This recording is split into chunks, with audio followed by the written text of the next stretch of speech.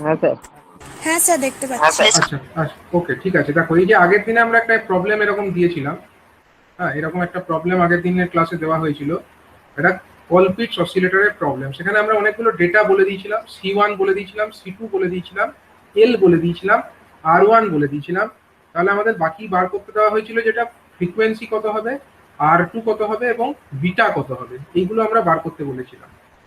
এখন এই প্রবলেমটাতে ফ্রিকোয়েন্সির ফর্মুলা কি হয় বলো? ফ্রিকোয়েন্সির ফর্মুলা কি হয় কলপিট অসিলেটরের ক্ষেত্রে? F equal to 1/2 pi L into 1/2 pi L into equivalent. C equation. C equivalent, এটা বলে সি ইকুইভ্যালেন্ট, ঠিক আছে। সি ইকুইভ্যালেন্টের ভ্যালুটা কত এক্ষেত্রে? সি ইকুইভ্যালেন্টের ভ্যালু কত এই প্রবলেমে? C1 C2 divided by C1 plus C2. Okay C1 C2 divided by C1 plus C2। তাহলে এই ভ্যালুটা কত এসছে বলো? সি ইকুইভ্যালেন্ট এটার ভ্যালু কত এসছে? 10 ইন্টু 2 ডিভাইডেড বাই 10 প্লাস 2, মানে 20/12, 5/3 1.6 আসছে 1.6 টাইম 1.67 এরকম আসবে, তাই তো? 67 ন্যানোফ্যারাড। ঠিক আছে, এটা হলো সি ইকুইভ্যালেন্ট। এল তো আমরা জানি, এল এর ভ্যালু কত? 20 মিলি হেনরি। তাহলে এই ইকুয়েশনে বসিয়ে কত আসছে বলো এফ এর ভ্যালু? 1/2 পাই। এফ এর ভ্যালু আসা উচিত 20 মিলি হেনরি আছে, মানে মিলি হেনরি তো রাখলে চলবে না, ওটাকে নিয়ে যেতে হবে আমাকে হেনরিতে। 20 ইন্টু 10 টু দি পাওয়ার তাহলে -3 করতে হবে এটাকে। আর সি ইকুইভ্যালেন্টটাকে কততে নিয়ে যেতে হবে? ওটা ন্যানো ফ্যারাডে আছে, ওটাকে কততে নিয়ে যেতে হবে? ফ্যারাডে নিয়ে যেতে হবে। মানে এটা ছিল তোমার 1.67 হচ্ছিল। স্যার হ্যাঁ বলো। দুটোই তো ন্যানো ফ্যারাডে ছিল না। হ্যাঁ ন্যানো ফ্যারাডেই তো ছিল। ও দুটোই ন্যানোফ্যারাড ছিল স্যার একটা ন্যানো ফ্যারাড একটা মাইক্রো ফ্যারাডে ছিল। না না না, দুটোই ন্যানো না ফ্যারাডে স্যার, ছিল। দুটোই ন্যানোফ্যারাডে ছিল স্যার। দুটোই ন্যানো ফ্যারাডে ছিল, এই তো 10 ন্যানো ফ্যারাড এবং 2 ন্যানো ফ্যারাড, ঠিক আছে। মানে 20/12 মানে হচ্ছে 10/6 মানে হচ্ছে 5/3, 5/3 মানে 1.67 ইন্টু ন্যানোতে যদি থাকে তাহলে এটা হয়ে যাবে 10 টু দি পাওয়ার কত হয়ে যাবে? 10 টু দি পাওয়ার -9 হয়ে যাবে। অ্যান্সারটা কিসে আসবে? এরকম ভাবে আমরা যদি করি হার্জে অ্যান্সারটা আসবে। হার্জে আসবে। যে কত হার্জ আসছে বলো? 27.56 হার্জ। 27 না, এত কম হার্জ আসছে নাকি? 27.5 এত কম আসবে? স্যার আগের দিনকার প্রবলেম আমার খাতায় কিন্তু একটা মাইক্রো একটা ন্যানো ফ্যারাডে লেখা আছে। না না, এই তো আগের দিনের শীটটা তো আমি এখানেই খুলছি, কালকেই তো প্রবলেমটা দিয়েছিলাম, এইটাই তো সেটা। এই প্রবলেমটাই তো সেইটা। তুমি তাহলে হয়তো আগের দিনের যে অন্য প্রবলেমটা দিয়েছিলাম, হার্টলে ওয়েনব্রিজ অসিলেটরে যে প্রবলেমটা দিয়েছিলাম সেটার সঙ্গে হয়তো গুলিয়ে ফেলেছে, ঠিক আছে। ওয়েনব্রিজ অসিলেটরে একটা প্রবলেম দিয়েছিলাম, সেটার সঙ্গে হয়তো স্যার এটা মিক্স আপ আসছে করে স্যার ফেলেছে। 27.56। না 27.56 এটা কি হার্জে আসছে না 10 টু দি পাওয়ার 3 কিছু আসছে এটা না? হার্জ 10 টু দি পাওয়ার -9 সব করে স্যার। না, ভুল হচ্ছে কোথাও। 1/2 পাই ইন্টু 1 রুট ওভার কত দেখো 10 এর ভেতরে কত হচ্ছে? 10 এর পাওয়ারে কত হচ্ছে এখানে? 10 এর পাওয়ারে এটাতে -3 আর এটাতে হচ্ছে -9, মানে ওভারঅল হয়ে যাচ্ছে 10 to the power -12, 10 to the পাওয়ার -12, তাই তো? তাহলে উপরে চলে গেলে ওটা 10 টু দি পাওয়ার 6 হয়ে যাবে। 10 টু দি পাওয়ার -12 যে জিনিসটা, সেটা যদি রুটটাকে বাইরে বার করে দিই, রুটের বাইরে বার করলে 10 টু দি পাওয়ার -6 হতো, আর উপরে তুলে দিলে 10 টু দি পাওয়ার +6 হয়ে যাবে। আর নিচে কত আছে? নিচে আছে 2 পাই ইন্টু, সরি স্যার, 27.538। হ্যাঁ 27, তুমি ভুল করেছো কোথাও একটা, মানে এটার অ্যান্সারটা আসবে 27.5 into 10 to the power something, 10 to the power 3 এরকম একটা অ্যান্সার আসবে, ঠিক আছে। 10 to the power 3 kilo hertz. আসবে। হ্যাঁ, তার মানে এত হার্জ আসছে। তার মানে ওটাকে আমরা যদি কিলো হার্জে নিয়ে লিখি তাহলে ওটা অ্যাপ্রক্সিমেটলি আমরা বলতে পারি 27.5 কিলো হার্জ। 27.5 কিলো হার্জ, এটা অ্যান্সার। এটা হলো ফ্রিকোয়েন্সির অ্যান্সারটা, ঠিক আছে। একটা পার্ট গেল। নেক্সট আমাদের কি পার্ট ছিল? আর কি বার করতে বলা হয়েছিল এখানে? R2 টার ভ্যালু বার করতে বলা হয়েছিল এবং বিটার ভ্যালু বার করতে বলা হয়েছিল। তো এই যে আমাদের কলপিট অসিলেটর, এখানে বিটার ডাইরেক্ট ভ্যালু কত আমি বলেছিলাম? বিটার ভ্যালু কত হয় বলেছিলাম অ্যাপ্রক্সিমেশন করে? স্যার ওই Z1 by Z1 plus Z3। হ্যাঁ, C2/C1, C2/C1 এক্স্যাক্টলি, এটাই হচ্ছে আমার বিটা। বিটা সমান হয়ে যাচ্ছে C2/C1। এটা কোনটা দেখো C2 মানে কোনটা, C2 মানে হচ্ছে কাছেরটা, ভি আউটের সঙ্গে ডাইরেক্টলি যেটা লেগে আছে ওটা হচ্ছে C2। হ্যাঁ, এটা দেখে রাখবে কিন্তু সবসময়, মানে তোমরা দেখে রাখবে যেটা ভি আউটের সঙ্গে যেটা লেগে আছে কাছে একটা ব্রাঞ্চে যেটা আছে সেটা হচ্ছে C2। তাহলে C2/C1, এখন C2/C1 মানে হচ্ছে এখানে C2 এর ভ্যালু হচ্ছে 2 into 10 to the power 9 farad আর divided বাই by 5, 10 মানে into 10 to the দুটোই power 9 ন্যানো farad. ফ্যারাডে আছে বলে আমি আর লেখার দরকার, সরি 2/10, মানে হচ্ছে 1/5, বিটার ভ্যালু হয়ে যাচ্ছে 1/5 এক্ষেত্রে এই প্রবলেমে। তাহলে বলো বার্কহাউজেনের যে ক্রাইটেরিয়া, সেই ক্রাইটেরিয়া অনুযায়ী কি বলে, যদি বিটার ভ্যালু এ 1/5 হয় তাহলে ক্যাপিটাল এ এর ভ্যালু কত হবে, এ বিটা মানে তো 1 হতে হবে। বার্কহাউজেন ক্রাইটেরিয়া কি বলে, এ বিটা ইজ ইকুয়াল টু 1 হতে হবে, তাহলে এ এর ভ্যালু হতে হবে কত, 5, এর ভ্যালু হতে হবে আমার 5। আচ্ছা, ঠিক আছে, এটা এ মানে অ্যাকচুয়ালি মড এ, ঠিক আছে, modulus of A, magnitude of A. আমরা এর মানটাকে নেব, আমরা এর এটাকে নেব না, পোলারিটিটা নিয়ে আমাদের দরকার নেই, আমাদের খালি ম্যাগনিটিউডটাকে দরকার, সাইনটা দরকার নেই। -5 হতে পারে, +5 হতে পারে, but magnitude of 5 that will be always equal to 5 as per Barkhausen's criteria. এবার এই দেখো এখানে আমার যে এটা আছে, অপ্যাম্পটা আছে, তার ক্ষেত্রে যদি আমরা গেনটা দেখি, এর গেনটা কত, এই অপ্যাম্পের গেন কত বলো, এর এখানে গেনটা হবে R1 আছে, স্যার R2/R1 হ্যাঁ -R2/R1, যেহেতু এটা Magnitude inverting. R2/R1 magnitude wise, হ্যাঁ ম্যাগনিটিউড ওয়াইজ যদি আমরা দেখি তাহলে modulus of A equal to হয়ে যাওয়া উচিত আমাদের R2/R1, এক্স্যাক্টলি R2/R1, এটা আমাদের ম্যাগনিটিউড অনুযায়ী দেখলে। আর মান অনুযায়ী মানে ভ্যালুটাকে যদি আমরা নিতাম, মানে ম্যাগনিটিউড ছাড়া, তাহলে ডাইরেকশন নিলে এখানে মাইনাস একটা আসতো, তাহলে ম্যাগনিটিউডটাকে নিলাম। এখন আমাদের তো দেখতে হবে যে এখানে এটা 5, এটার ভ্যালু কত আছে 5, তার মানে R2/R1 সমান হচ্ছে 5, R2/R1 সমান হচ্ছে আমার 5। তাহলে R1 1 কিলো ওহম বলে দিয়েছে, R2 তাহলে হবে স্যার R1, 5 কিলো হ্যাঁ ওহম। ঠিক, তাহলে R1 এর ভ্যালু দেখো কোশ্চেনে অলরেডি বলে দেওয়া হয়েছিল, R1 এর ভ্যালু 1 কিলো ওহম বলে দেওয়া হয়েছিল, তাহলে R2 এর ভ্যালু কত হয়ে যাবে 5 × 1, মানে হচ্ছে 5 kilo ohm. 5 × 1 kilo ohm, that means 5 kilo ohm. তো এইভাবে এই প্রবলেমটাকে করতে হবে। এটা হলো আমাদের একটা এক্সাম্পল অফ কলপিটস অসিলেটর। ঠিক আছে, কলপিট অসিলেটরের এটা একটা উদাহরণ আমরা দেখে নিলাম। স্যার হ্যাঁ বলো। ওই স্যার VF/V আউট করে যদি করি ওই তাহলে হবে না বিটার মানটা? GF/V আউট করে কি করবে বলো, তুমি কি করতে চাইছো GF/V আউট করে? Z1/Z1 + Z3 যদি করি? হ্যাঁ নিশ্চয়ই হবে, ওই ওটাও তো ওই একটা করেই তো formula। মানে এটা আনা হয়েছে না, এই যে জিনিসটা এসেছে এটা তো আমরা আগে ডিরাইভ করেছিলাম। বিটার ভ্যালু C2/C1 টা এলো কেন, আমরা তো অনেক কিছু ডেরিভেশন করে, অনেক কিছু অ্যাপ্রক্সিমেশন ধরে টরে ওইটাকে নিয়ে আসা হয়েছে ফাইনালি।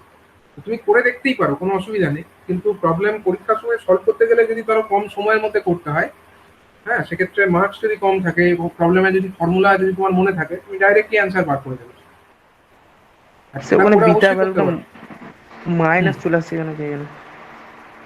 বিটার ভ্যালু তো মাইনাস আসবে না গো, বিটার ভ্যালু তো আমরা অলরেডি ক্যালকুলেট করে দেখেছি এখানে, মানে বিটা যখন আমরা ক্যালকুলেট করেছিলাম আমাদের কলপিট অসিলেটরের ক্ষেত্রে, তখন আমরা অলরেডি দেখেছি, কতদিন কোন ক্লাসে দেখেছি বলো, এই ক্লাসটাই।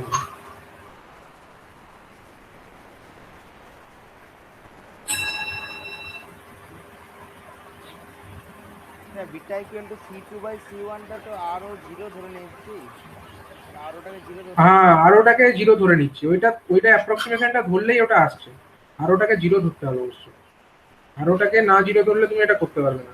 8 তারিখের ক্লাসে হয়েছিল।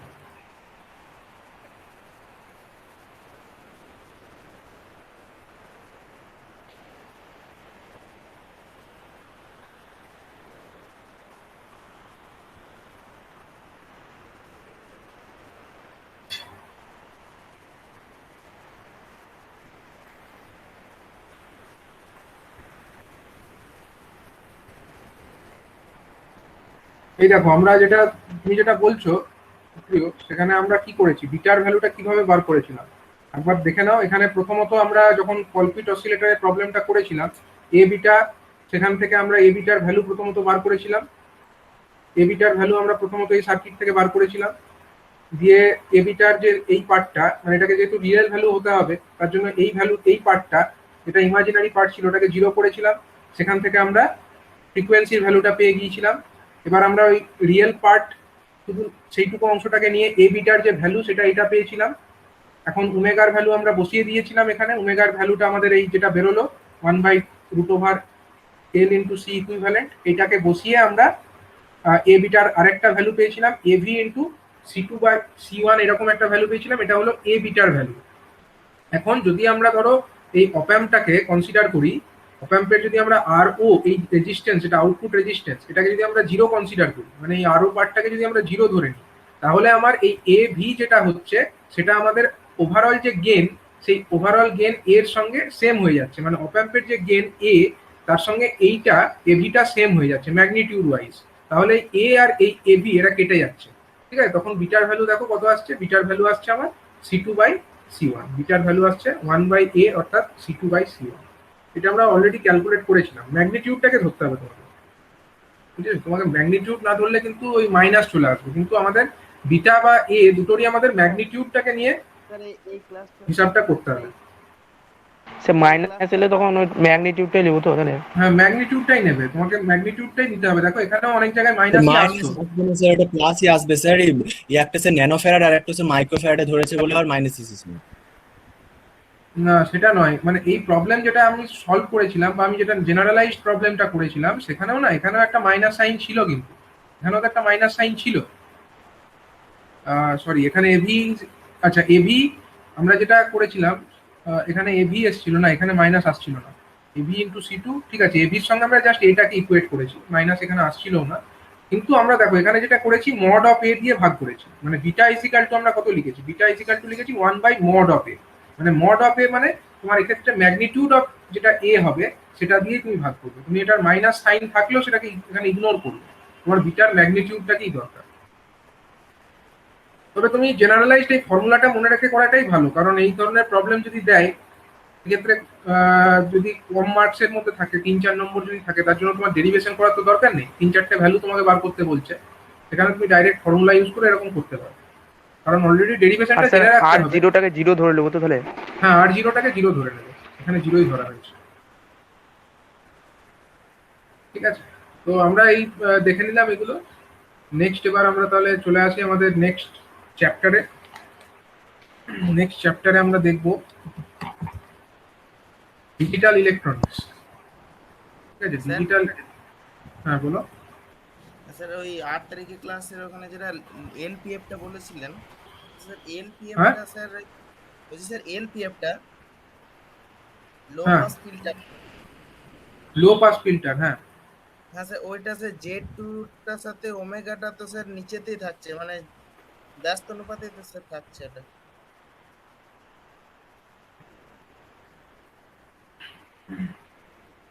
দাঁড়াও, 8 তারিখে এটা 8 আমরা তারিখে দেখে নিই। আছে 8 তারিখের ক্লাসে, তাই তো? 8 তারিখের ক্লাসটা, লাস্ট একদম।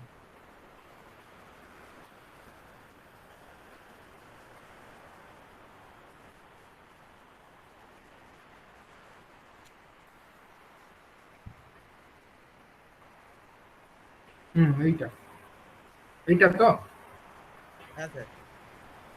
এই ছবিতে বলতে চাইছো এইটার সঙ্গে এটা প্যারালালে আছে বলে, এটা এই কম্বিনেশনটার কথা বলছো তো? লো পাস ফিল্টারটা কেন হচ্ছে? হ্যাঁ স্যার। তুমি এইটার কথা বলছো তো? এই যে মানে R2 এর সঙ্গে হ্যাঁ C2 হ্যাঁ যেটা স্যার, ওটা প্যারালাল হ্যাঁ হয়ে আছে হ্যাঁ ওইটা কেন? হ্যাঁ আচ্ছা হ্যাঁ দেখো এবার না, প্যারালাল এই প্যারালাল জিনিস, বলছি না স্যার, বলছি না না স্যার, Z2 ভ্যালুটা বলছি ওমেগার সাথে যেটা স্যার লো ফ্রিকোয়েন্সি পাস করবে, তাহলে স্যার না এটা ওমেগার দেখা সাথে যাক ওটা এটা কম কিরকম হচ্ছে। দেখো এটার ভ্যালুটা আমরা তাহলে হিসাব করে দেখতে হবে আমাদেরকে। প্রথমত হচ্ছে একটা কি আছে ওখানে, দেখা যাক এটা কিরকম আসে। R2 ছিল ওখানে, তার সঙ্গে প্যারালাল ছিল আমার জে ওমেগা C2, ওটাই তো ছিল 1/j ওমেগা C2। তাহলে এটা করলে কত আসছিল? এটা করলে আসছিল আমার উপরে R2 into 1/j omega C2 divided by R2 plus 1/j omega C2, 1/j omega C2, ঠিক আছে? তাহলে এটা চলে আসছে আমাদের R2 তলায় যেটা আছে ওটা কেটে যাবে, R2 ডিভাইডেড বাই কত হয়ে যাচ্ছে? 1 plus j omega R2 C2, এটাই হচ্ছে তো? সিম্পলিফাই করলে তো এটাই আসছে। এবার দেখো এখানে হচ্ছে নিচে কি হয়ে গেছে, একটা ইমাজিনারি পার্ট হয়ে, এটা তো একটা রিয়েল নাম্বার নয়, এটা একটা কমপ্লেক্স নাম্বার। এটা তো রিয়েল নাম্বার নয়, এটা কমপ্লেক্স নাম্বার, উপরে রিয়েল নাম্বার আছে। তাহলে এটাকে যদি আমাকে ভালোভাবে a প্লাস জেবি এই ফর্মে লিখতে হয়, তাহলে আমাকে যেরকম ভাবে সিম্পলিফাই করতে হয় করবো। মানে R2 এর সঙ্গে আমি কাকে গুণ করবো, উপরে একটা 1 মাইনাস জে ওমেগা R2C2 কে আমি গুণ করে দেবো, জে ওমেগা R2C2 কে গুণ করে দেবো। আর নিচে কাকে রাখবো, নিচে হচ্ছে এটার সঙ্গে ওটাকে গুণ করবো, ওই সেম টার্ম, মানে 1 plus J omega R2C2 multiplied by 1 minus j omega R2C2, ঠিক আছে, 1 minus j omega R2C2। তাহলে এক্ষেত্রে দেখো কত হচ্ছে আমার, উপরে যেটা করছি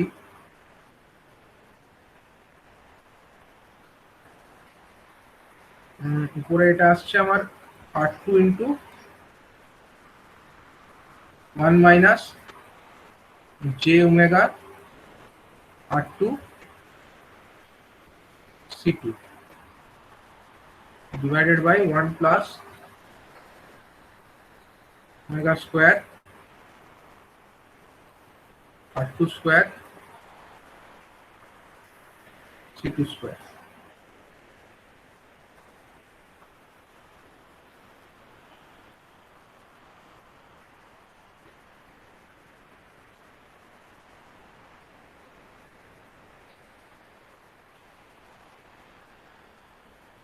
আচ্ছা, এটা চলে আসছে R2 বাই 1 plus omega square R2 square C2 square minus j into চলে আসবে কত, omega into R2 into C2 divided by 1 plus omega square R2 square C2 square. এরকম একটা ভ্যালু আমাদের আসছে, তাই তো, এরকম একটা ভ্যালু আমাদের আসছে। মানে যেটা অ্যাকচুয়ালি হচ্ছে, দেখো এটা একটা লো পাস ফিল্টার, আমরা এই কারণেই বলছি এটা একটা লো পাস ফিল্টার, কারণ যখন লো ফ্রিকোয়েন্সি হচ্ছে, এই যে জিনিসটা আমাদের ক্যালকুলেট করে আমরা পাচ্ছি এখান থেকে, এটাকে আমরা লো পাস ফিল্টার বলেছি। তো মানে এটা লো ফ্রিকোয়েন্সিকে পাস করবে বাট হাই ফ্রিকোয়েন্সিটাকে ব্লক করে দেবে। এটার মানে হচ্ছে এটাই যে জিনিসটা আমার ছিলটা কিভাবে, আমার জিনিসটা কানেক্টেড কিভাবে ছিল। ভাবো এখানে আমাদের ছিল হচ্ছে এরকম C1 আর এটা ছিল R1, এটা ছিল Z1 আমাদের, আর এইখানে আমাদের ছিল হচ্ছে একটা C2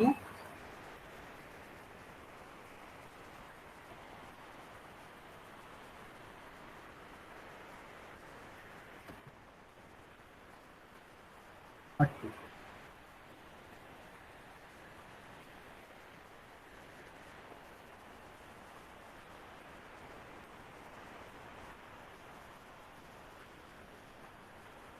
আমরা এখানে একটা ইনপুট প্রোভাইড করছি এই দিকটাতে, আমরা আউটপুট পেতে চাইছি এই দিকটাতে। এদিকটা আমাদের VI বা V in, আর এদিকটা হচ্ছে আমাদের V out।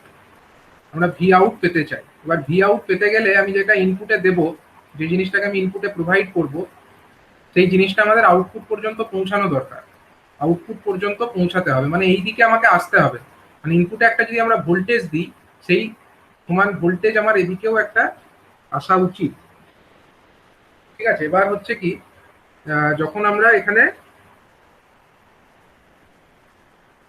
এটাকে হাই পাস ফিল্টার, মানে এই পার্টটা যেটা বলছি, এ তো একটা হাই ফ্রিকোয়েন্সি যেটা আছে সেগুলোকে পাস করতে নিজের মধ্যে দিয়ে অ্যালাউ করবে, বাট যেগুলো লো ফ্রিকোয়েন্সি সিগন্যাল আছে সেটাকে তো ব্লক করে দেবে, কারণ এই ইম্পিডেন্সটা অনেক হাই হবে, তার জন্য লো ফ্রিকোয়েন্সির যে জিনিস সেগুলো এর মধ্যে দিয়ে ইজিলি এখানে পৌঁছাবেই না, ঠিক আছে। এবার এই যে জিনিসটা, এটাকে আমরা বলছি কি বলছি, এটাকে আমরা বলছি লো পাস ফিল্টার। মানে এটা লো ফ্রিকোয়েন্সিকে পাস করতে দেবে, কিন্তু হাই ফ্রিকোয়েন্সির যে জিনিসগুলো সেগুলোকে আউটপুটে পৌঁছাতে দেবে না। অ্যাকচুয়ালি মানে লো পাস মানে এটা বলতে চাইছি যে এটা আমার আউটপুটে মানে এই দিকটাতে যেটা আমার দরকার, যেটা আমার অ্যাকচুয়াল আউটপুট, সেটা আমি কোথায় নেবো? এইখানে নেব, এবং সেটা হচ্ছে এর অ্যাক্রসে যে ড্রপটা হবে সেটাই হচ্ছে ভি আউট। এখন যখন আমার হাই ফ্রিকোয়েন্সি চলে আসবে, হাই ফ্রিকোয়েন্সিটা সিগন্যাল চলে আসবে, হাই ফ্রিকোয়েন্সির ক্ষেত্রে এটা কি করছে? হাই ফ্রিকোয়েন্সির ক্ষেত্রে এর ভ্যালু কত হচ্ছে বলো, ইম্পিডেন্সের ভ্যালু? ফ্রিকোয়েন্সি যদি হাই হয় সেক্ষেত্রে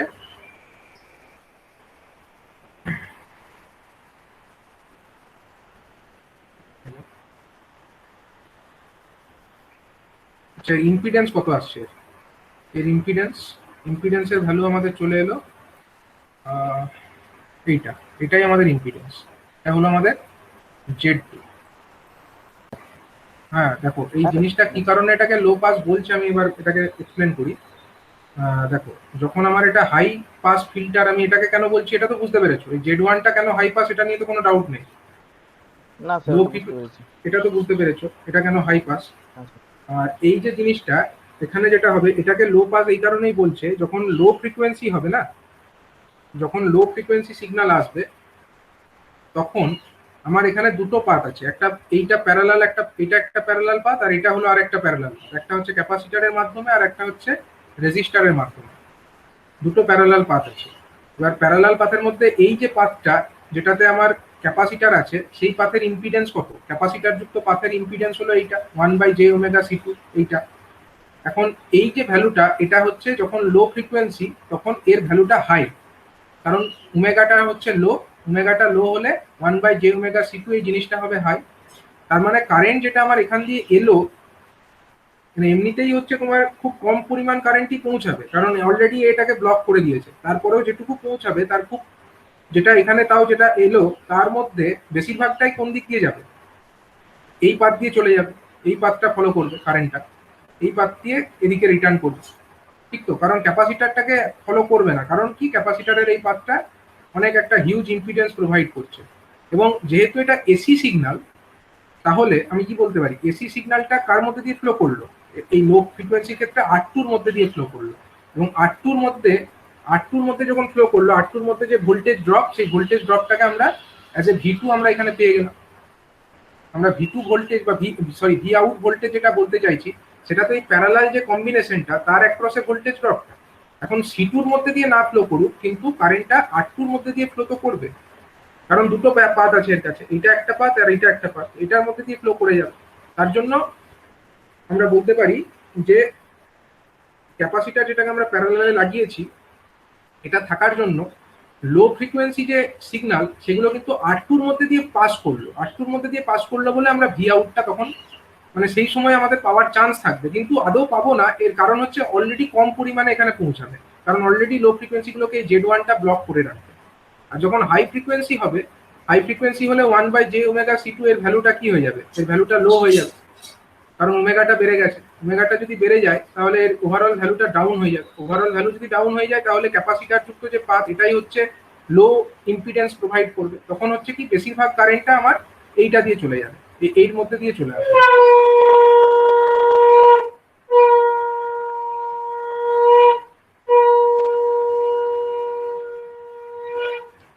বেশিরভাগ যে কারেন্টটা সেটা এই রাস্তা দিয়ে এসে এই গ্রাউন্ড দিয়ে রিটার্ন করে যাবে হাই ফ্রিকোয়েন্সির ক্ষেত্রে।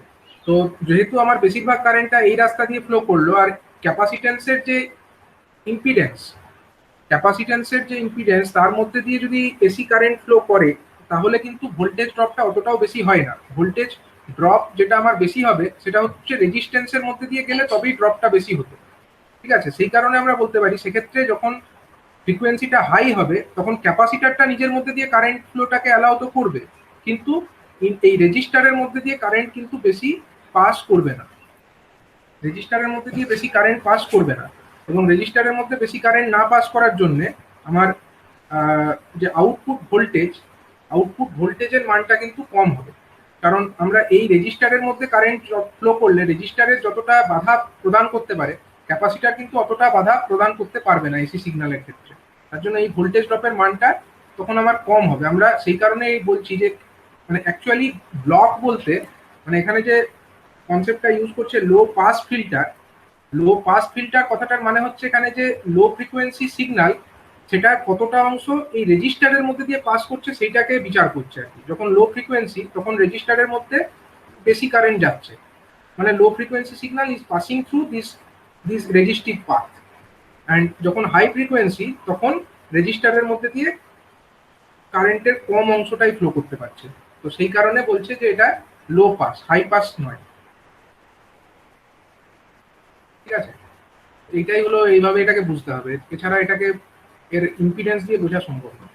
মানে এইভাবে এটাকে অ্যানালিসিস করতে হবে, যেহেতু এখানে দুটো প্যারালাল পাথ আছে, একটা C2 আর একটা R2। স্যার ওটা রেজিস্ট্যান্সের সাপেক্ষে বলছে তাই না, যে ফ্রিকোয়েন্সিটা হ্যাঁ, মানে কারেন্টটা রেজিস্ট্যান্সের R2 এর সাপেক্ষে, মধ্যে দিয়ে কতটা রেজিস্ট্যান্সের যাবে। মধ্যে দিয়ে কতটা কারেন্ট যাচ্ছে সেইটাকেই বিচার করছে, যে রেজিস্ট্যান্সের মধ্যে লো ফ্রিকোয়েন্সি সিগন্যাল যদি পাস করে তার মানে আমি বলবো লো পাস, আর যদি রেজিস্ট্যান্সের মধ্যে হাই ফ্রিকোয়েন্সি সিগন্যাল পাস করতো তাহলে আমি বলতাম হাই পাস। কিন্তু রেজিস্ট্যান্সের মধ্যে লো ফ্রিকোয়েন্সিটাই পাস করছে, কারণ লো ফ্রিকোয়েন্সির সময় এর ইম্পিডেন্সটা বেশি থাকছে, তার জন্য রেজিস্ট্যান্সের পাথটাকে নিচ্ছে। কিন্তু হাই ফ্রিকোয়েন্সি যখনই চলে আসছে তখন এর ইম্পিডেন্সটা কমে যাচ্ছে, এবং তখন বেশিরভাগ কারেন্টটাই C2-র মধ্যে দিয়েই যাচ্ছে, তখন রেজিস্টারের মধ্যে বেশি কারেন্ট যাচ্ছে না, এবং তখন আমরা এই কারণে এটাকে লো পাস বলছি, হাই পাস বলছি।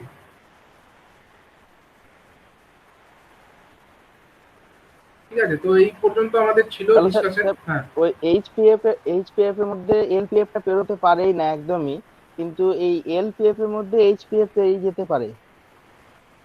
না সেটাও পারবে না একটা পার্টিকুলার রেঞ্জের পরে, মানে যত ধরো তোমার ওমেগাটা বাড়ছে, মানে ফ্রিকোয়েন্সিটা যত বাড়ছে তত তো তোমার এটা কমছে, ক্রমশ ক্রমশ তো কমছে। মানে একটা এরকম হবে, ধরো আমরা যদি গ্রাফিক্যালি দেখি কারেন্টটা কতটা পাস করছে, তাহলে কারেন্ট হয়তো আস্তে আস্তে কমবে, যত ফ্রিকোয়েন্সি বাড়বে এই R2-র মধ্যে দিয়ে কারেন্টটা কমবে, কমতে কমতে কমতে কমতে একটা সময় হয়তো ভেরি লো হয়ে যাবে, একদম ভেরি লো হয়ে যাবে, এরকম একটা প্রসেস আমরা দেখতে পাবো। প্রথমত কারেন্টটা কমবে যত ফ্রিকোয়েন্সি বাড়বে, যত ফ্রিকোয়েন্সি বাড়বে ওমেগা যত বাড়বে তত আমার কারেন্ট থ্রু দ্য রেজিস্টার কমবে, এবং কমতে কমতে একটা সময় এটা একদম জিরোর কাছাকাছি চলে যাবে। একদম এক্স্যাক্টলি ব্লক তো হবে না, এখানেও ব্লক হবে না। যেটা আমরা যেটাকে হাই পাস বলছি সেটাও কি একদমই লো ফ্রিকোয়েন্সি পাস করতে পারবে না? লো ফ্রিকোয়েন্সির সময়ও সামান্য পরিমাণে পাস করবে, সেরকম এখানেও সামান্য পরিমাণ হাই ফ্রিকোয়েন্সি কারেন্টও এখান দিয়ে পাস করবে, হয়তো এক্স্যাক্টলি জিরো কিছু হবে না, দুটোর মধ্যেই অল্প কিছুটা মানে মার্জিনাল এরর থাকবে।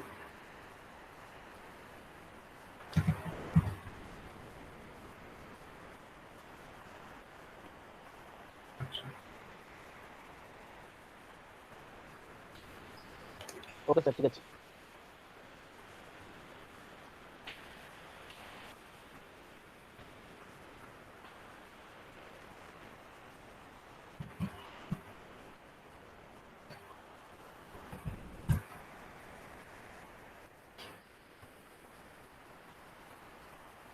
দেখো আজকে আমরা যে টপিকটা মেইনলি ডিসকাস করবো ওটা হচ্ছে নতুন চ্যাপ্টার, সেটার নাম হচ্ছে ডিজিটাল ইলেকট্রনিক্স। ডিজিটাল ইলেকট্রনিক্স আমরা এবার ঢুকবো। তো ডিজিটাল ইলেকট্রনিক্সের যে ইউনিট 3 সেটা আমরা দেখে নিই সেখানে কি কি আছে।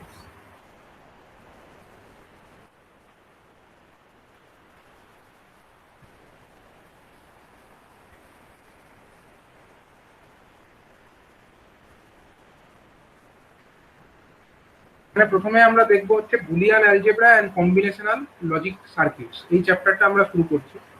তো এর মধ্যে প্রথমে আমরা দেখবো হচ্ছে বিভিন্ন ধরনের number system, decimal, binary, octal, hexadecimal, BCD, এবং কিভাবে একটা ধরনের নাম্বার সিস্টেম থেকে আরেকটা ধরনের নাম্বার সিস্টেমে কনভার্ট করা যায়, এবং symbolic representation and truth table for logic gates. বিভিন্ন ধরনের যে লজিক গেটগুলো আছে, যেমন not gate, or gate, and gate, NAND gate, NOR gate, XNOR gate, XOR gate, এই সমস্ত গেটগুলো কিভাবে ফাংশন করে, তাদের ট্রুথ টেবিলগুলো কি, সেগুলো আমরা প্রথমে দেখব। তো এগুলো হচ্ছে সব ডিজিটাল ইলেকট্রনিক্সের মধ্যে পড়ছে। ঠিক আছে, ডিজিটাল ইলেকট্রনিক্স মানে প্রথমত দেখো আমরা এতদিন পর্যন্ত অ্যানালগ ইলেকট্রনিক্স তো পড়েছি। অ্যানালগ ইলেকট্রনিক্সটা হচ্ছে মানে অ্যানালগ সিগন্যালের উপরে ভিত্তি করে গড়ে উঠেছে। অ্যানালগ সিগন্যাল বলতে কি বোঝায়, যে সিগন্যালগুলো হচ্ছে কন্টিনিউয়াস সিগন্যাল। যেমন ধরো একটা আমরা যদি সাইন ওয়েভের কথা বলি, এটা কি, এটা একটা কন্টিনিউয়াস, এটা একটা কন্টিনিউ চলছে, এরকম একটা কন্টিনিউয়াস সিগন্যাল। ঠিক আছে, কন্টিনিউ মানে এর ভ্যালু যে কোনো ইনস্ট্যান্টে তুমি পেতে পারো, তুমি চাইলে এখানে বার করতে পারো এর ভ্যালু, এখানে বার করতে পারো, এখানে বার করতে পারো, এর ফাঁকে যে কোনো জায়গায় অসংখ্য ভ্যালু বার করে ফেলতে পারো। ইকো হচ্ছে?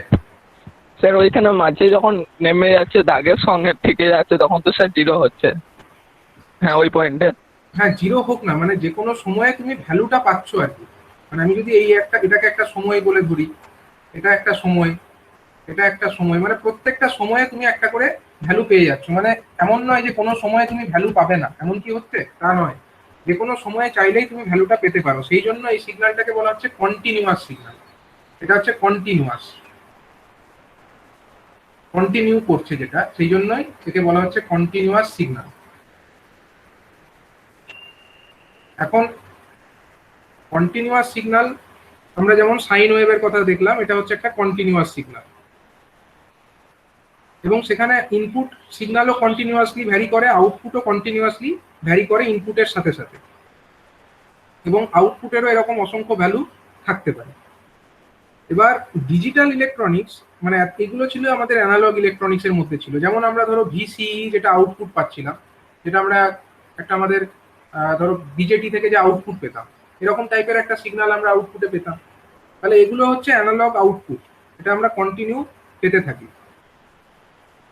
ঠিক আছে, এবার ডিজিটাল ইলেকট্রনিক্স হচ্ছে ইলেকট্রনিক্সের আরেকটি ব্রাঞ্চ, যেখানে আমরা ডিসক্রিট ভ্যালু নিয়ে ক্যালকুলেশনস করব। ঠিক আছে, মানে সেখানে আমরা সমস্ত ইনস্ট্যান্টে ভ্যালু পাবো না, আমরা কিছু কিছু পার্টিকুলার ইনস্ট্যান্টেই ভ্যালুটা পাবো, এবং সেই যে ভ্যালুগুলো, সেই ভ্যালুগুলো এরকম অ্যানালগ কোনো ভ্যালু, যেরকম অ্যানালগ ইলেকট্রনিক্সে আমরা এই ভোল্টেজের একটা ভ্যালু বলতে পারি। সাপোজ এটা 2 ভোল্ট, এটা ধরো 3 ভোল্ট, এটা 4 ভোল্ট, এটা 5 ভোল্ট, এটা ধরো 6 ভোল্ট, এরকম করে আমরা সাপোজ একটা করে ভ্যালু বলতে পারি। যে কোনো ইনস্ট্যান্টে যে আমার ভ্যালু অ্যাজিউম করছে আমাদের ইলেকট্রনিক সিগন্যালগুলো, তো প্রত্যেকটা ইনস্ট্যান্টে সিগন্যালের একটা করে অ্যানালগ ভ্যালু আমরা বলতে পারি, এবং সেই ভ্যালুগুলোর মানে মান যা খুশি হতে পারে। এই যে অ্যানালগ সিগন্যাল, তার ভ্যালু যা খুশি হতে পারে, পজিটিভ নেগেটিভ যা খুশি হতে পারে। কিন্তু ডিজিটাল ইলেকট্রনিক্সের ক্ষেত্রে আমরা যখন দেখব, সেক্ষেত্রে কিন্তু এরকম কন্টিনিউয়াস সিগন্যাল আমরা পাবো না। সেখানে আমরা ডিজিটাল সিগন্যালের ক্ষেত্রে কেবলমাত্র দুটি ডিসক্রিট ভ্যালু পাবো, কেবলমাত্র দুটি ডিসক্রিট ভ্যালু আমরা পাবো। এটা হচ্ছে কন্টিনিউয়াস সিগন্যাল, কিন্তু সেখানে আমরা কন্টিনিউয়াস ভ্যালু পাচ্ছি। কিন্তু ডিজিটাল সিগন্যালের ক্ষেত্রে আমরা কন্টিনিউয়াস কোনো ভ্যালু পাবো না, আমরা ডিসক্রিট ভ্যালু পাবো। এবার এই ডিসক্রিট ভ্যালু যেগুলো আমরা ডিজিটাল ইলেকট্রনিক্সে পাবো, তাদেরকে 0 এবং 1 দ্বারা স্পেসিফাই করা হয়। ঠিক আছে, 0 এবং 1 দ্বারা এই ডিজিটাল ভ্যালুগুলোকে স্পেসিফাই করা হয়। মানে একটা হচ্ছে হাই ভ্যালু, মানে আইদার এখানে লো ভ্যালু হতে পারে, আইদার আমরা বলতে পারি যে ভ্যালুটা হচ্ছে লো, অথবা আমরা বলতে পারি ভ্যালুটা হচ্ছে হাই। এই দুটো ছাড়া আর কিছু নয়। মিডিয়াম বলে এখানে কিছু হবে না। ঠিক আছে, যেমন এখানে অনেক রকম ভ্যালু দেখতে পাচ্ছ, এই সিগন্যালটাতে অনেক রকম ভ্যালু দেখতে পাচ্ছ। তো এটা হচ্ছে হাই ভ্যালু, এটা ধরো একটু মিডিয়াম হাই, এটা হচ্ছে মডারেট, এটা হচ্ছে মিডিয়াম লো, এটা হচ্ছে লো, এটা হচ্ছে ভেরি লো। এরকম বিভিন্ন ধরনের ভ্যালু দেখতে পাচ্ছ। অ্যানালগ ইলেকট্রনিক্সে আমরা প্রত্যেকটা ভ্যালুকে এরকম বিভিন্ন নাম দিতে পারি, কিন্তু ডিজিটাল ইলেকট্রনিক্সে যে সিগন্যাল আমাদের থাকবে, সেখানে কেবলমাত্র ডিসক্রিট ভ্যালু থাকবে।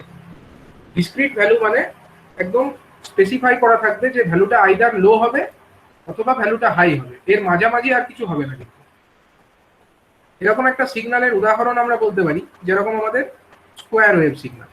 ঠিক আছে, স্কোয়ার ওয়েভ, স্কোয়ার ওয়েভের ক্ষেত্রে কিরকম হয়? স্কোয়ার ওয়েভের ক্ষেত্রে দেখো ভ্যালু এরকম, স্কোয়ার ওয়েভের একটা ছবি ভাবো, এরকম একটা স্কোয়ার ওয়েভ।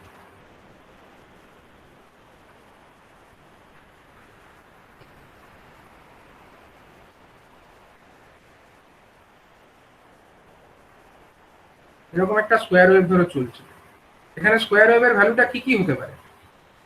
স্কোয়ার ওয়েভের ভ্যালুটা কিন্তু ডিসক্রিট ভ্যালু, মানে আমরা দেখতে পাচ্ছি যে ভ্যালুটা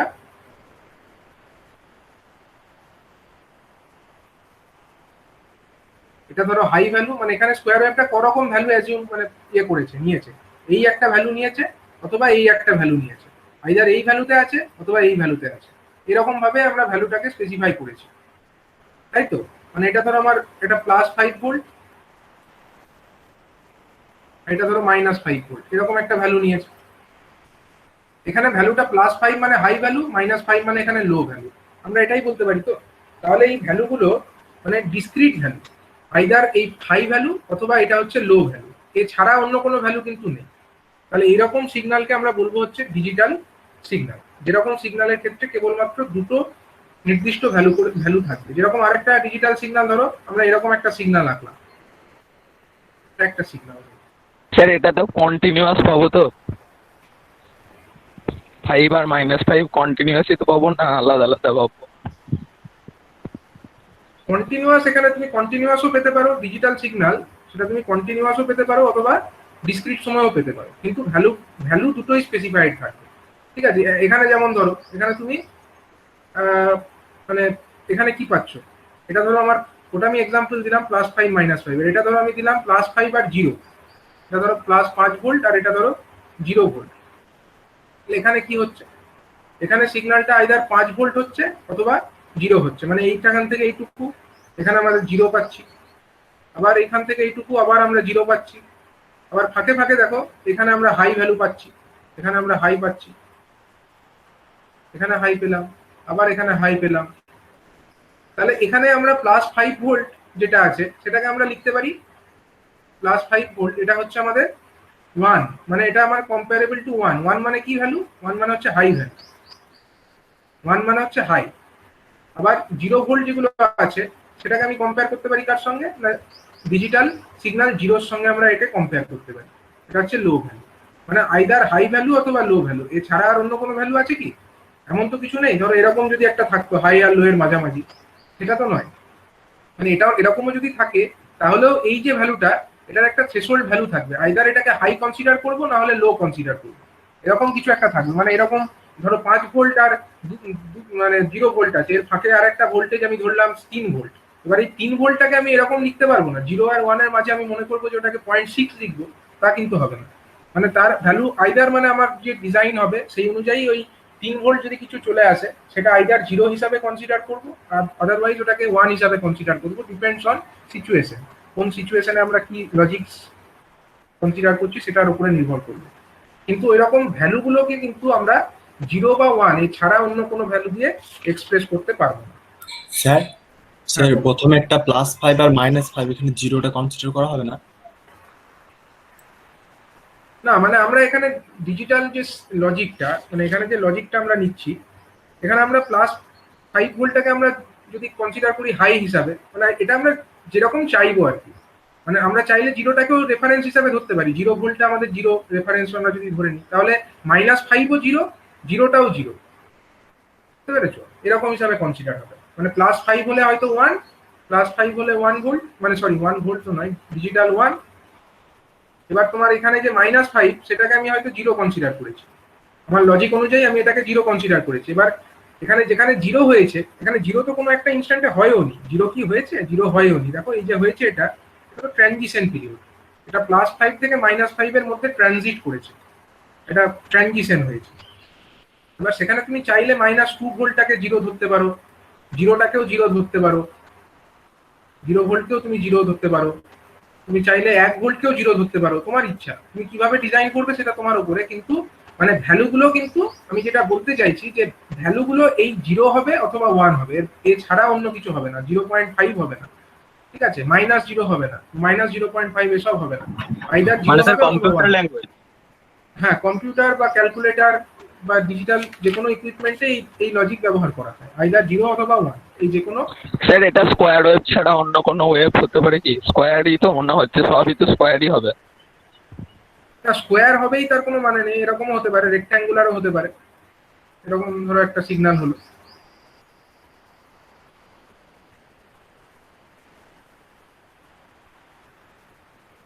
এরকম টাইপের হলো, ধরো একটা, এটাকে তুমি স্কোয়ার বলবে কি? এরকম টাইপের, মানে এইরকম দেখতে হবে আর কি, এরকম শেপের দেখতে হবে, এছাড়া অন্য কোনো শেপের হবে না। কারণ ভ্যালুগুলো তো একটা স্পেসিফাইড না, 0 অথবা 1, তুমি এর মাঝে এরকম রেখে করবে এটা কি? এর কোনো মানে হয় কি? এরকম তুমি একটা করলে তার কি কোনো মানে হয়? তুমি কি বলবে এই জায়গার ভ্যালু কত, 0 না 1 না 0.5? সেসব কিছু হবে না, এখানে আইদার 0 হবে অথবা 1 হবে। যে কারণেই আমরা এরকম ভাবে এটাকে দেখাবো, যদি আমার এইখানে থাকে তাহলে 0 বলবো, এখানে যদি থাকে তাহলে 1 বলবো, এরকম আইদার লো অথবা হাই, এরকম ভাবেই কোনো একটা ভ্যালুকে আমরা বলতে পারি। এবার হচ্ছে আমরা ডিজিটাল যে সার্কিট, ঠিক আছে, যে সমস্ত ইলেকট্রনিক সার্কিটে আমরা এরকম ডিজিটাল সিগন্যাল ইউজ করব সেই সমস্ত সার্কিটকে বলা হবে ডিজিটাল সার্কিট। এবার এই আউটপুট কোন একটা ডিজিটাল সার্কিটে যদি আমরা এরকম ডিজিটাল সিগন্যালকে ইনপুট হিসাবে দিই, ধরো এরকম একটা সিগন্যাল, ডিজিটাল সিগন্যাল, এটা কিন্তু ডিজিটাল সিগন্যালই বলবো কারণ এটার ভ্যালু আইদার লো অথবা হাই এরকম কিছু একটা হচ্ছে। তাহলে এরকম একটা ডিজিটাল সিগন্যালকে যদি আমরা একটা ইনপুট হিসাবে কোনো একটা সার্কিটের মধ্যে দিই এবং সেই সার্কিট থেকে আমরা কি আউটপুট পাবো, তাহলে এখান থেকে আউটপুটও আমরা ওই রকমই পাবো, ডিজিটাল আউটপুটই পাবো, আইদার হাই আউটপুট পাবো অথবা লো আউটপুট পাবো। এটা ডিপেন্ড করছে কি ধরনের সার্কিট আমরা ব্যবহার করেছি তার উপরে ডিপেন্ড করছে। তাহলে ইনপুট ভ্যালুগুলোকেও আমরা যেটা পাবো, ইনপুট ভ্যালু যেটা আমরা কোনো একটা ডিজিটাল সার্কিটে প্রোভাইড করতে চাই সেটাকেও আমরা 1 অথবা 0 এটা দিয়ে এক্সপ্রেস করতে পারি এবং আউটপুটটাকেও আমরা 1 অথবা 0 এটা দিয়ে রিপ্রেজেন্ট করতে পারি। ঠিক আছে, এই যে 1 আর 0 দ্বারা যে আমরা এক্সপ্রেস করছি 1 আর 0, এই 1 আর 0 দিয়ে একটা নাম্বার সিস্টেমই আছে। ঠিক আছে, 1 আর 0 দিয়ে একটা নাম্বার সিস্টেমই আছে, সেই নাম্বার সিস্টেমটাকে বলা হয় বাইনারি নাম্বার সিস্টেম। ঠিক আছে, 1 আর 0 দিয়ে তৈরি একটা নাম্বার সিস্টেম আছে, সেই নাম্বার সিস্টেমকে বলা হয় বাইনারি নাম্বার সিস্টেম।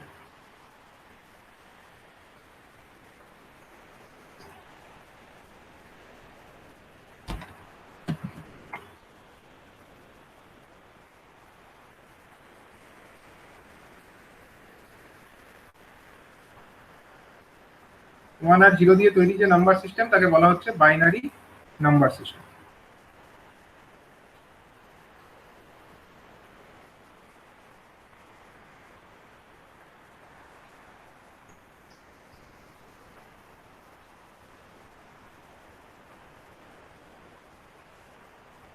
ঠিক আছে, এবার দেখো এই যে বাইনারি নাম্বার সিস্টেম, সেখানে আমার দুটো নাম্বারই থাকবে, খালি 0 থাকবে অথবা 1 থাকবে, 0 অথবা 1 এই দুটো ভ্যালুই কিন্তু এখানে থাকবে।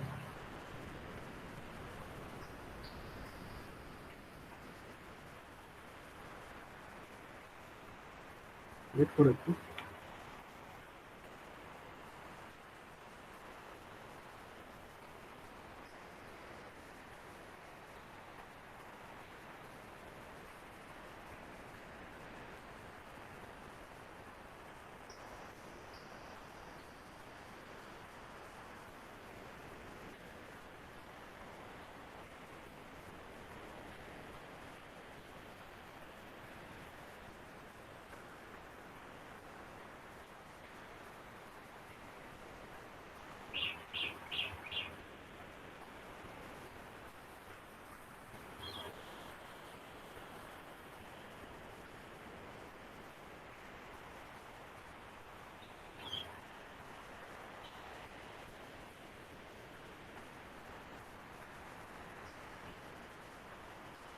আচ্ছা, একটা জিনিস বলে দিই যে বাইনারি নাম্বার সিস্টেমের ক্ষেত্রে, যেটা আমি আগে বললাম যে বাইনারি নাম্বার সিস্টেমের ক্ষেত্রে যে সিগন্যালটা আমরা এক্সাম্পল হিসাবে দেখাচ্ছিলাম, ধরো এখানে একটু ক্লিয়ার করে দিই।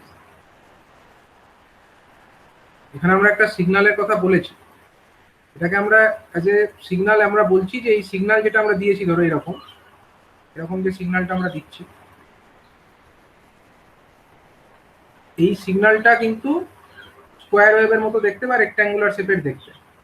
এখন এখানে আমরা এখানে +5 দিচ্ছি, এটা ধরো +5 ভোল্ট আর এটা ধরো -5 ভোল্ট। ঠিক আছে, এটা হচ্ছে ধরো -5 ভোল্ট। এবার এইটাকে কিন্তু আমরা একটা ডিজিটাল সিগন্যাল, মানে এই +5 বা -5 যখন বলছি তখন কিন্তু এটা আমার কোনো ডিজিটাল সিগন্যাল নয়। যখন আমরা +5 বা -5 হিসাবে যখন ডিনোট করছি তখন কিন্তু এটা কোনো ডিজিটাল সিগন্যাল নয়, তখন কিন্তু এটা একটা অ্যানালগ সিগন্যালই, তখন কিন্তু এটা একটা অ্যানালগ সিগন্যালই, কারণ এটা +5 বা -5, এই প্লাস বা 5 মাইনাস এগুলো তো আর ডিজিটালে এসব কোনো কনসেপ্ট নেই। এখন এই যে +5 ভোল্ট আর -5 ভোল্ট, এর কোরসপন্ডিং আমরা ডিজিটাল লজিকে কি বলতে পারি?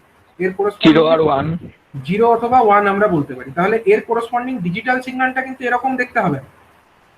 ডিজিটাল সিগন্যালটা কিরকম দেখতে হবে বলো? এর কোরসপন্ডিং ডিজিটাল সিগন্যালটা কিরকম দেখতে হবে? 1 0 1 0 এইভাবে হবে। 1 0 1 0 এরকম করে হবে, মানে ধরো এইখান থেকে এইটুকুর মধ্যে ভ্যালু কত আছে? 1 +5 আছে, তার মানে ডিজিটালি এটার ভ্যালু 1 হবে। এখান থেকে এইটুকু মানে এটার ভ্যালু 1 হবে, মানে এইটা হলো আমার অ্যাকচুয়াল ডিজিটাল সিগন্যাল। মানে স্যার এইটা তখন কিন্তু তাহলে ভোল্টেজ লিখতে পারি, মানে 1 ভোল্ট লিখতে পারি কি না না না শুধু না 1? ভোল্ট কথাটা লেখা যাবে না, 1ই লিখতে হবে। এটার সাপেক্ষে ভোল্ট কথাটা লেখা যাবে না, মানে বুঝতে পেরেছো? এইটা হলো আমার অ্যানালগ সিগন্যাল, এই যেটা ছিল এইটা কিন্তু আমার অ্যাকচুয়ালি, যদিও এর কোনো ডিসক্রিট ভ্যালু আমাদের দেখতে পাচ্ছি দুটোই, একটা +5 আর একটা -5, কিন্তু তাহলেও কিন্তু মানে এটাকে আমরা একটা অ্যানালগ সিগন্যালই বলবো, কারণ এটা মানে যেহেতু আমরা ভোল্টে লিখছি +5 বা -5, এটা কিন্তু ডিজিটাল আমরা বলতে পারি না। ডিজিটাল তখনই বলবো যখন আমরা 1 অথবা 0 দিয়ে রিপ্রেজেন্ট করবো, মানে এর কোরসপন্ডিং যে +5 তার কোরসপন্ডিং আমরা লিখছি এটা হচ্ছে ধরো 1, আবার এইখান থেকে যে সময়টা -5 ছিল তার কোরসপন্ডিং আমরা লিখছি 0, আবার যে সময়টা আবার +5 হয়েছে আবার আমরা এটাকে 1 লিখছি। ঠিক আছে, এইরকম ভাবে মানে এইভাবে এটা আমাদের একটা ডিজিটাল সিগন্যাল, এর কোরসপন্ডিং এইটা হলো আমাদের ডিজিটাল সিগন্যাল, আমরা এরকমটা বলতে পারি। মানে যে ভ্যালুটা, যেখানে ভ্যালুটা আইদার আমাদের 0 অথবা 1 এই দুটো ভ্যালুর মধ্যে যে কোনো একটা কিছু অ্যাজিউম করবে। ঠিক আছে, এটা হলো আমাদের অ্যাকচুয়ালি একটা ডিজিটাল সিগন্যাল। সেরকম ভাবে এই সাইন ওয়েভেরও কোরসপন্ডিং আমরা ডিজিটাল সিগন্যাল চাইলে লিখতে পারি। তো এবার এই ডিজিটাল সিগন্যাল যেগুলো আমরা লিখবো সেগুলো হচ্ছে 1 অথবা 0, এই দুটো নাম্বারই তাতে থাকবে। এবার এই 1 আর 0 দিয়ে গঠিত যে নাম্বার সিস্টেম তাকে বলা হয় বাইনারি নাম্বার সিস্টেম। আর একটা নাম্বার সিস্টেম যেটা আমাদের নর্মাল ডে টু ডে লাইফে আমরা ইউজ করি, যেখানে আমরা 0 থেকে 9 পর্যন্ত নাম্বার ইউজ করি, সেই নাম্বার সিস্টেমটাকে বলা হয় ডেসিমাল নাম্বার সিস্টেম। এটা হচ্ছে decimal number system.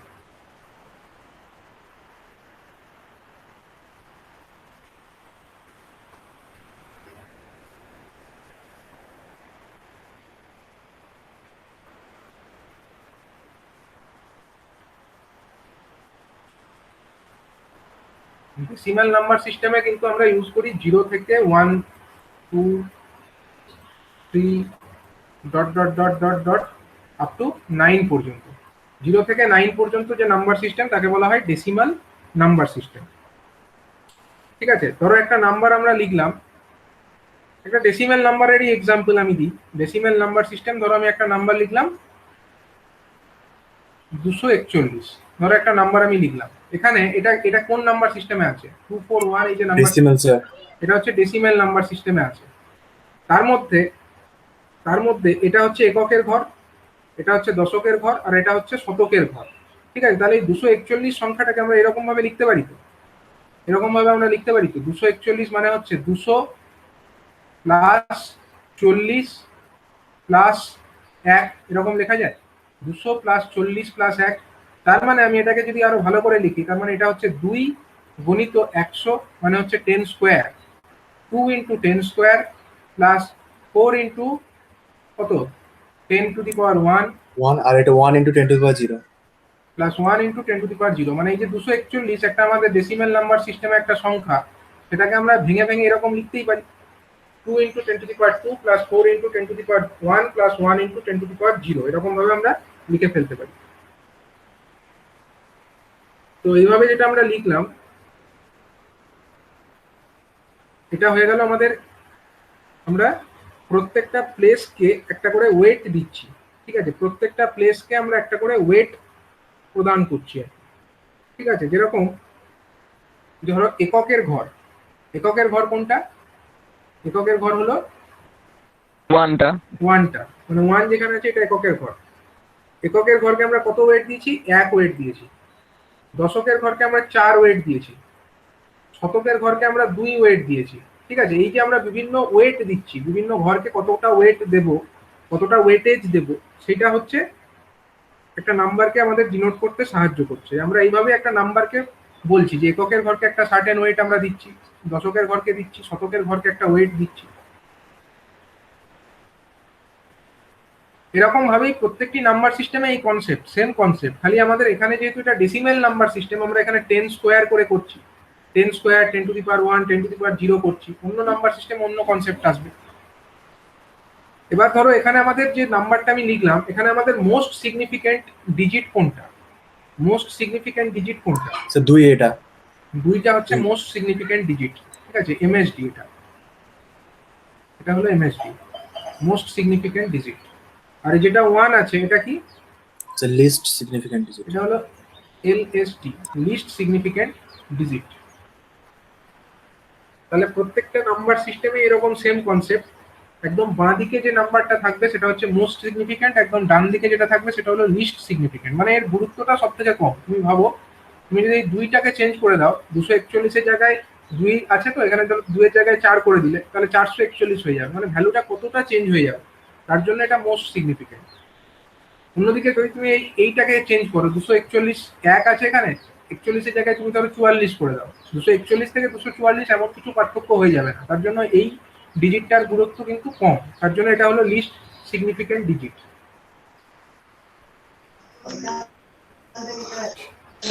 Sir LSD আর এমএসডি এর ফুল ফর্মটা একটু বলবেন? ওই তো এলএসডি মানে হচ্ছে মোস্ট সিগনিফিকেন্ট ডিজিট, আর এটা হচ্ছে least significant digit. Least least মানে হচ্ছে LEAST, লিস্ট মানে সব থেকে কম গুরুত্ব যার, লিস্ট সিগনিফিকেন্ট ডিজিট।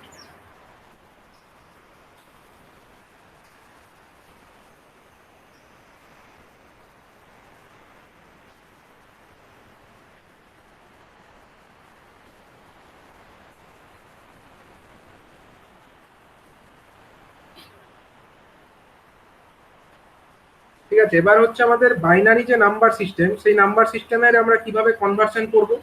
এবার এই বাইনারি নাম্বার সিস্টেমের যে এক একটা পজিশন বা এক একটা যে ঘর, ঠিক আছে, সেটাকে আমরা বলবো বিট।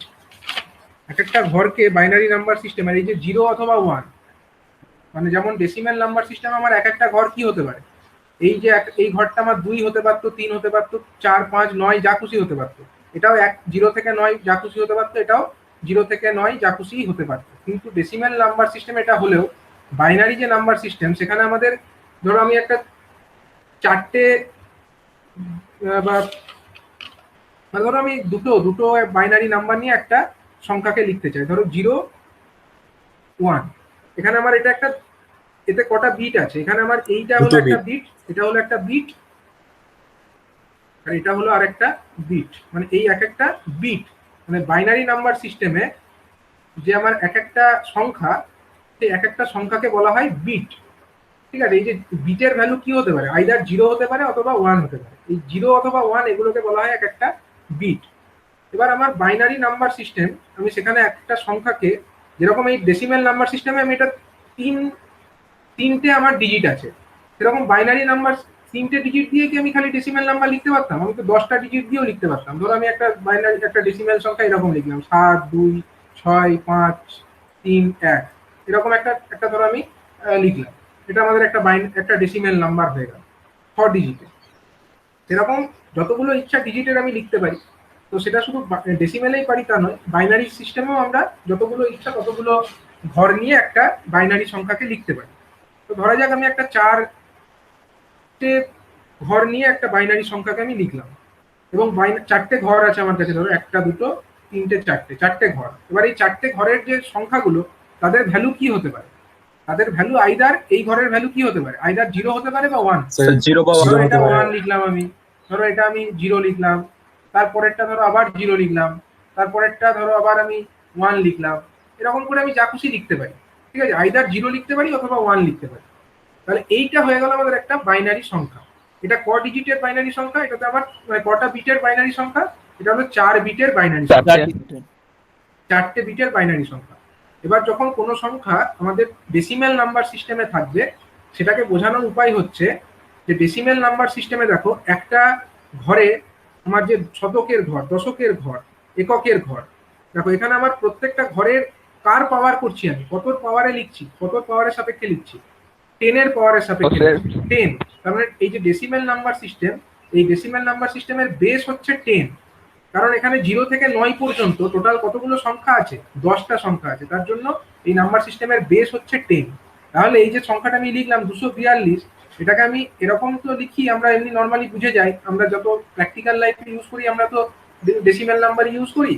আমরা ধরো তোমাকে একটা সংখ্যা বললাম, 100 টাকা দিলাম বা 200 টাকা দিলাম, 250 টাকা দিলাম, আর এই যে সংখ্যাগুলো বলি, এগুলো কি, এগুলো আমরা সব ডেসিমেলেই বলি। তা জেনারেলি আমরা সেই কারণে আর অন্য কিছু লিখি না, কিন্তু এখানে ভালো একটা প্র্যাকটিস হবে এরকম ভাবে যে এটাকে ব্র্যাকেটের মধ্যে লিখে বাইরে 10 লিখে দেওয়া, এতে বোঝা যাবে যে এটা ডেসিমেল নাম্বার, এতে ভালো করে বোঝা যাচ্ছে, একদম ক্লিয়ারলি বোঝা যাচ্ছে, আর কোনো সন্দেহ নেই। মানে আমি নাম্বার যেটা আছে সেটা লিখলাম, ব্র্যাকেট দিলাম, ফার্স্ট ব্র্যাকেট, এই ব্র্যাকেটের বাইরে 10 লিখে দিলাম, মানে এই যেটা বেস, এই ডেসিমেল নাম্বার সিস্টেমের বেস হলো 10, তার জন্য আমি এখানে বাইরে 10 লিখলাম। এবার বাইনারি নাম্বার সিস্টেম যেখানে, সেখানে আমার বেস কত, এখানে কটা নাম্বার হতে পারে? দুটো নাম্বারই হতে পারে, 0 হতে পারে বা 1 হতে পারে। তাহলে এখানে যতগুলো নাম্বার হতে পারে সেটাই হবে ওর বেস। তাহলে বেস কত হবে? বাইনারি নাম্বার সিস্টেমের বেস হবে 2। তাহলে এর বাইরে আমি এরকম বাইনারি নাম্বারকে লিখতে গেলে বাইরে এরকম ব্র্যাকেট দিয়ে 2 লিখে দেবো, মানে এরকম তলায় এগুলো দেবো না, এগুলো আমি বোঝানোর জন্য লিখেছি, এটা মুছে দেবে। ঠিক আছে, এরকম ভাবে লিখে বাইরে 2 লিখে দিলে এর মানে বোঝাবে যে এই সংখ্যাটা আমার বাইনারিতে আছে। এবার এই বাইনারি থেকে যখন আমাকে বলবে যে এর করেসপন্ডিং ডেসিমেল ভ্যালুটা কত বার করো, তাহলে কিভাবে বার করব? বাইনারি থেকে যখন বলবে ডেসিমেলে বার করো, তার উপায় হচ্ছে এরকম, কিছুই নয় যে প্রত্যেকটা ঘরের যা ওয়েট তাই দিয়ে গুণ করে দিতে হবে। তা ওখানে আমি বেস ছিল আমার 10, এখানে পাওয়ার অফ 10 ছিল, এখানে পাওয়ার অফ 2 হবে। এখানে দেখো, হ্যাঁ, যেরকম আমার এককের ঘরে যেটা ছিল, এককের ঘর কোনটাকে বলে? এককের ঘর কোনটাকে বলছে?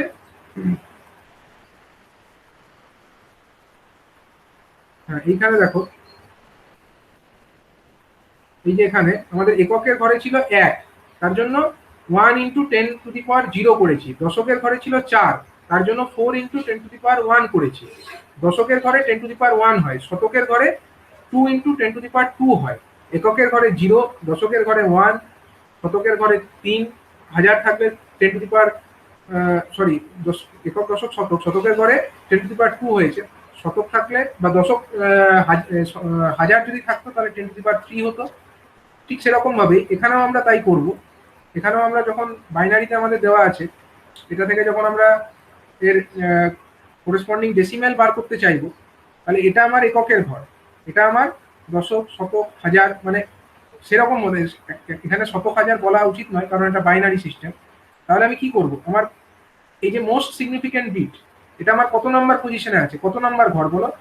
এটা হচ্ছে আমার 4 নাম্বার। তাহলে 4 নাম্বার জায়গায় যেটা আছে সেখানে 2⁻3 হবে। 2⁻3 হবে। 4 নাম্বারে যেটা স্যার এটা 2⁻3 হবে। 3 হবে। তারপরে যেটা 0 × 2⁻2 হবে। কনসেপ্টটা দেখো, যত নম্বর ঘর পাওয়ারে কিন্তু তত হচ্ছে না, তত -1 হচ্ছে। দেখো, এটা যেমন 4 নাম্বার পজিশনে আছে, সেখানে কিন্তু 2⁻3 হচ্ছে, মানে 2⁻4 কিন্তু হচ্ছে না, 2⁻3 হচ্ছে, মানে 4 - 1। যত নাম্বার ঘর তত -1। তারপরে 0 × 2⁻2, তারপরেরটা এটার জন্য কত হবে? এটার জন্য 0 × 2⁻1, তারপরে 1 × 2⁻0, সরি 1 × 2�0। এরকম ভাবে আমরা এটাকে লিখবো। এর করেসপন্ডিং ডেসিমেল ভ্যালু এরকম ভাবে আমরা ক্যালকুলেট করব। মানে হচ্ছে এটা কত? আরেকবার বলুন না, এটা 9 হবে। 8 + 1 মানে হচ্ছে 9। এটা কি বললাম যে আমাদের যে সংখ্যাটা আছে 1001, এখানে আমার ফার্স্ট মোস্ট সিগনিফিক্যান্ট আর লিস্ট সিগনিফিক্যান্টটা ফার্স্টে দেখো। মোস্ট সিগনিফিক্যান্ট কোনটা? এটা হলো এমএসবি। এখানে কিন্তু এমএসডি বলে না, এখানে বলে এমএসবি, কারণ বিট, এটা তো বিট, আগেরগুলো ডিজিট বলতো, এটা হচ্ছে MSB, most significant bit, MSB.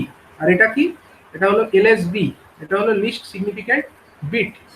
এখন আমার মোস্ট সিগনিফিক্যান্ট বিট যেটা আছে সেটা কত নাম্বার পজিশনে আছে? দেখো, 1, 2, 3, 4, 4 নাম্বার পজিশনে মোস্ট সিগনিফিক্যান্টটা আছে। তাহলে মোস্ট সিগনিফিক্যান্টের যে নাম্বারটা আছে বা বিটের ভ্যালু যেটা আছে সেটাকে ফার্স্টে লিখলে, ইনটু এটা যেহেতু বাইনারি সিস্টেমে আছে তার জন্য প্রথমে 2 লিখে দিলে। এবার 2 এর পাওয়ারে কি লিখবে? 2 এর পাওয়ারে লিখবে, এখানে এটা কত নাম্বার পজিশনে আছে? 4 নাম্বার পজিশনে, তার জন্য ওখানে লিখবে 2⁴ 4 - 1, 4 - 1। মানে আমি ইন জেনারেল বলতে পারি, ইন জেনারেল ওয়েতে আমি এটাকে এরকম বলতে পারি, যদি আমার এটা nth পজিশনে থাকতো, ধরো এরকম সংখ্যা আছে 1 0 0 1 ... এরকম করে ধরো n সংখ্যক সংখ্যা আছে, n নাম্বারস আছে, up to n numbers, n সংখ্যক নাম্বারস আছে এরকম। এটা আমার বাইনারিতে আছে। সেখান থেকে যদি ডেসিমেল করতে বলতাম, তাহলে আমাকে বলো দেখি, এখানে আমার এই এককের ঘরের যে পজিশনটা আছে সেটা আমার 1 আছে প্রথমে, এটার পরিবর্তে আমি কি লিখতাম? যখনই আমি এটাকে বাইনারিতে কনভার্ট করতাম তখন 1 × কত লিখতাম? 1 × 2⁻n-1। 1 × 2⁻n-1 লিখতাম। ঠিক, তারপরে 0 × 2⁻n-2 লিখতাম, 2⁻n-2 লিখতাম। তারপরে আমি কত লিখতাম? 0 × 2⁻n-3, ঠিক আছে। তারপরে কত লিখতাম না? 1 × 2⁻n-4, মানে একটা একটা করে যেরকম পজিশন আছে তার থেকে এক করে কম, মানে প্লাস ... এরকম করে চলতে থাকতো। আমার তো এটা পুরো লেখা হয়নি, যদি পুরো লিখতাম তাহলে পুরোটা করতাম। কিন্তু এটা একটা জিনিস দেখো, যেটা মোস্ট সিগনিফিক্যান্ট আছে আমার, মোস্ট সিগনিফিক্যান্ট কোনটা আছে? এইটা আছে। এটা কত নাম্বার পজিশনে আছে, n তম পজিশনে আছে, n তম পজিশনে। তাহলে n তম পজিশনে যদি থাকে তাহলে 2 two the power n minus 1 হবে, 2 two the power n minus 1 হবে। এইটা মাথায় রাখতে হবে, এই কনসেপ্টটা মাথায় রাখতে হবে এবং সেইটা দিয়েই করতে হবে। দেখো এখানে আমার যেটা সংখ্যাটা ছিল এটা 1 এখানে কত নাম্বার পজিশনে আছে, 4 নাম্বার পজিশনে আছে। তার জন্য আমার 2 টু দি পাওয়ার কত হয়েছে, 2 টু দি পাওয়ার 4 মাইনাস 1 হয়েছে, মানে 4 মাইনাস 1 মানে আমি 3 লিখেছি ওই জন্য। তো এইভাবে একটা বাইনারি নাম্বার সিস্টেমে যদি কোনো নাম্বার থেকে থাকে সেখান থেকে আমরা এই যে 9টা পেলাম, এটা কিসে হলো 9টা আমার ডেসিমেল। তাহলে আমি 9টাকে এরকম লিখবো, 9 ব্র্যাকেটের মধ্যে বাইরে 10 লিখে দিলাম, তার মানে বোঝাবে যে এটা ডেসিমেল নাম্বার সিস্টেমে আছে। ঠিক আছে, তো এইভাবে আমরা একটা বাইনারি থেকে ডেসিমেল নাম্বার সিস্টেমে যেতে পারি, বাইনারি থেকে আমরা এরকম ভাবে একটা ডেসিমেল নাম্বার সিস্টেমে যেতে পারি। বুঝতে পারলে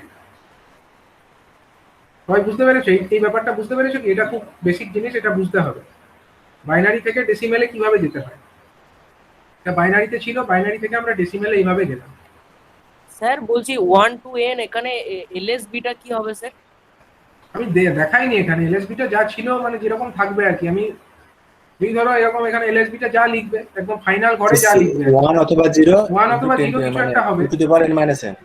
এবার এটা ধরো এই ফাঁকে আমার কতগুলো সংখ্যা আছে, আমি যেটা বোঝাতে চাইছিলাম এখানে, আমি এটা বলতে চাইছিলাম যে এইখান থেকে এই পর্যন্ত আমার total n number of bits আছে, n সংখ্যক বিটস আমার আছে, n সংখ্যক বিটস আছে। তুমি যদি লাস্ট সংখ্যাটা আমি যদি এমএসবি, এখানে এলএসবি কোনটা, এখানে আমি 0টাকে এলএসবি ধরলাম, এখানে তুমি চাইলে 1ও লিখতে পারতে, ডিপেন্ড করছে যা সিচুয়েশন সেই অনুযায়ী। তাহলে লাস্ট ঘরে 0 ইনটু 2 টু দি পাওয়ার 0 হয়ে যাবে, 0 ইনটু 2 টু দি পাওয়ার 0। এটা যদি 1 থাকতো তাহলে 1 ইনটু 2 টু দি পাওয়ার 0 লিখতাম, এরকম ভাবে।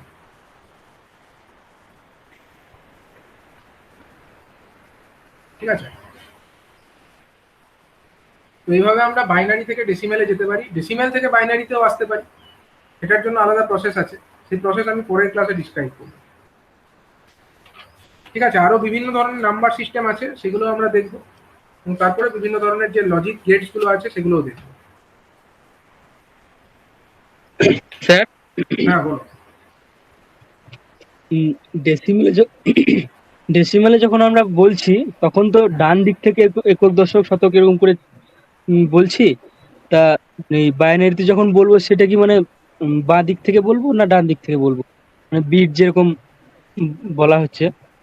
এই তো তুমি এখানে কি করছো, যেরকম বাইনারিতে যেরকম বললে একক দশক শতক বললে, একক যেটা বলেছিলে সেটার পাওয়ারে কত করেছিলে বাইনারিতে, সরি ডেসিমেলে কত করেছিলে, এককের ঘরে যেটা ছিল এখানে 10 টু দি পাওয়ার 0 করেছিল, বুঝছিলে না? 10 টু দি পাওয়ার 0, এখানে 2 টু দি পাওয়ার 0 করছো। এখানে ওরকম বলার কিছু নেই, মানে এরকম যে একক দশক শতক যেটা আমাদের বাইনারিতে বলে ওখানে বলে কেন, 10 দিয়ে গুণ হয় বলে দশক বলে না, 1 ইন্টু 10 মানে দশক, 10 ইন্টু 10 মানে 100, 100 মানে শতক। কিন্তু এখানে তো আর তা নয়, এখানে তো 2 দিয়ে গুণ হচ্ছে, 2 দিয়ে গুণ হলে তুমি সেই দশক শতক এই কথাগুলো বলতে পারবে না, কিন্তু তোমাকে বলারও দরকার নেই। তুমি খালি এটুকু জেনে রাখো যে তোমার যে বাইনারি সংখ্যাটা দেওয়া থাকবে তার মধ্যে একদম বাঁদিকে যে সংখ্যাটা, মানে এই যে সংখ্যাটা লেফট মোস্ট, সেটা হবে তোমার সব থেকে গুরুত্বপূর্ণ, মানে মোস্ট সিগনিফিকেন্ট। আর সব থেকে ডান দিকে যেটা থাকবে সেটা হলো সব থেকে কম গুরুত্বপূর্ণ, লিস্ট সিগনিফিকেন্ট বিট।